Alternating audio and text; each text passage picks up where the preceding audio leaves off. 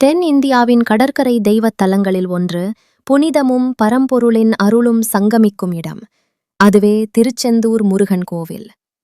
கடல் அலைகள் இடையராது அடித்துச் செல்லும் சத்தத்துக்கிடையே ஒவ்வொரு பக்தனின் உள்ளத்திலும் ஒலிக்கும் ஒரே பெயர் ஸ்ரீ சுப்பிரமணியர். இந்த திருத்தலத்தில் நின்று நமஸ்காரம் செய்யும் ஒவ்வொருவருக்கும் காலத்தை கடந்த ஒரு வரலாறும் அருளை துளிர்க்கச் செய்யும் ஒரு தெய்வீக கதையும் பின்னப்பட்டிருக்கிறது. அழகிய நீலக்கடல், அலைமோதும் கரை, முகில்கள் சூழ்ந்த அகன்ற வானம். அந்த நீல வானத்தின் கீழ் பாறைச் சிகரங்களை ஒட்டி எழுந்திருக்கும் தெய்வீக கோபுரம். கடலின் நுரைகள் கரையை முத்தமிட்டு பின்வாங்கும் ஒவ்வொரு அலையிலும் ஒரு பவழத்தோடு ஒளிரும் தெய்வீக குரல் ஒலிக்கிறது. வெற்றிவேல் முருகனுக்கு ஹரோகரா, முருகனுக்கு ஹரோகரா.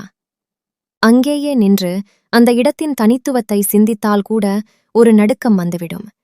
ஏனெனில் இது சாதாரண கோவில் அல்ல, இது தெய்வம் நேரில் வந்து போராடி வெற்றி பெற்ற யுத்த பூமி. வீடியோக்குள்ள போறதுக்கு முன்னாடி நம்ம சேனலை சப்ஸ்கிரைப் செய்யுங்கள். உங்கள் வேலையெல்லாம் முடிச்சிட்டு ஹெட்ஃபோன் எடுத்துட்டு எங்கூட வாங்க. நீங்களும் எங்கூட சேர்ந்து அந்த தெய்வீக வரலாறை தெரிஞ்சு கொள்ளலாம். சூரபத்மன் தன்னுடைய தவத்தின் மூலம் பேரருளை பெற்றவன். அவனுக்கு கிடைத்த வரம் யாராலும் தன்னை வெல்ல முடியாது. அதுவே அவனின் பெருமையையும் அவனின் அழிவையும் வரவழைத்தது. சூரபத்மன் பரம்பொருளின் வரத்தை தவறாக பயன்படுத்தி 3 உலகங்களையும் இறுகப் பிடித்தான். தேவர்கள் தங்கள் குடியிருப்புகளிலிருந்து வெளியேற்றப்பட்டனர். தெய்வங்களின் ஒளி மங்கியதால் வேதங்கள் கூட தன்னம்பிக்கை இழந்தன. இந்த அநீதி நாளுக்கு நாள் பெருகிக் கொண்டிருக்க தேவர்கள் ஒரே இடத்திற்குச் சென்றார்கள், இந்திரன். ஆனால் இந்திரனுக்கே எதுவும் செய்ய இயலவில்லை. ஏனெனில் சூரபத்மன் பெற்ற வரமோ அதிசயம். அவன் அழிவதற்கு ஒரே வழி சிவன் தந்த அமானுஷ்ய சக்தியால் உருவாகும் தெய்வம் மட்டுமே. உலகின் இக்கட்டான நிலையை உணர்ந்த சிவபெருமான் பின் ஒன்றை முடிவு செய்தார். அவன் கண்களிலிருந்து மின்னலாக பாய்ந்த தீப்பொறிகள் பிரபஞ்சம் முழுவதும் பாய்ந்து 6 தெய்வீகச் சுடர்களாக மாறின. அந்தச் சுடர்கள் செல்வதற்குரிய இடமும் தெய்வீகமே, சரவண பொய்கை.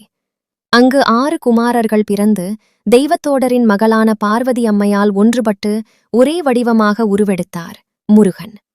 அவன் கண்களில் கருணை இருந்தாலும், அவன் பண்பில் கொடுஞ்சக்தி இருந்தாலும், அவன் உள்ளத்தில் தீவிரமான நோக்கம் சூரபத்மனின் அயோக்கிய ஆட்சியை முடிவுக்கு கொண்டு வருவது.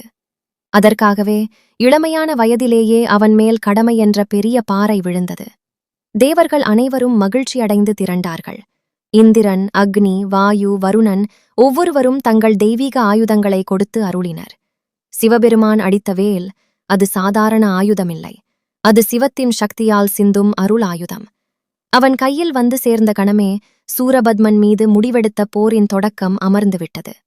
முருகன் தனது படையை முன்னெடுத்து வந்தபோது அவன் கண்களில் ஒரு இடம் நிலைத்தது, இன்றைய திருச்செந்தூர்.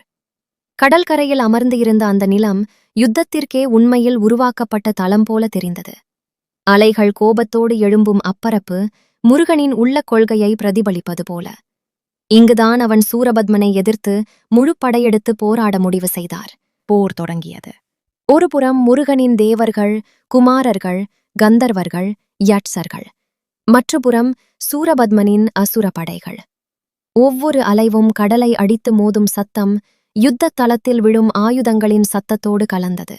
வானம் மின்னியது, கடல் கொதித்தது, மலைகள் நடுங்கின.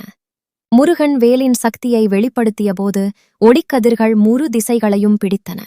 அதை தாங்க முடியாமல் அசுர படைகள் ஒன்று பின் ஒன்றாக வீழ்ந்தன. தன் படையின் தோல்வியை கண்ட சூரபத்மன் தன் மாயாவினால் பல உருவங்களில் மாறினான். முதலில் ஒரு பெரும் யானையாக, அதை முருகன் வேலால் 2ஆக வெட்டினார். பின் ஒரு மாபெரும் மரமாக, அதையும் வேலால் கிழித்தார். இறுதியில் மிகப்பெரிய பறவை வடிவில் மாறி வானை மூடி பறந்தான். முருகன் தனது தெய்வீக வேலால் அந்த உருவத்தையும் ஊடுருவி அழித்தார். ஆனால் அந்த இறுதி முற்றுப்புள்ளியில் சூரபத்மன் தெய்வத்திடம் சரணடைந்து நின்றான். அவனின் தவத்தை மதித்த முருகன் அவனை பச்சை நிறமான மயிலாகவும் முருகனின் கொடியாக நடத்தப்படும் சேவலாகவும் மாற்றி தனது நித்திய அருகில் வைத்தார். அதனாலே முருகன் எங்கெல்லாம் நிற்கிறாரோ அங்கு மயிலும் சேவலும் என்றும் இருக்கும். யுத்தம் முடிந்ததும் முருகன் தன் படையோடு இந்த புனித பூமியில் நின்று அனைத்து உலகங்களுக்கும் அருளை வழங்கினார். அதை நினைவு சின்னமாக உருவாக்கப்பட்டதே திருச்செந்தூர் சுப்பிரமணியர் கோவில். இந்த கோவில் எத்தனை பேரழிவுகள் வந்தாலும் கடலால் மூழ்காத கோவில் என்றும் அறியப்படுகிறது. சுனாமி, புயல், வெள்ளம் எதுவும் கோவிலின் உள்பகுதியில் நுழையவில்லை.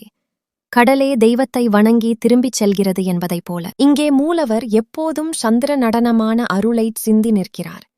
கடற்கரையிலிருந்து எழும் உப்புக்காற்று கூட அவரது முகத்தில் மாறுபாடே ஏற்படுத்தாமல் தெய்வீக அழகை மட்டும் அதிகரிக்கிறது. கோவிலின் ஒரு விசித்திரத்தன்மை, அது கிழக்கு திறந்தது. கடல் நேராக முன் இருக்கிறது, ஆனால் அந்த அலைகள் கோவிலுக்குள் எப்போதும் வராது.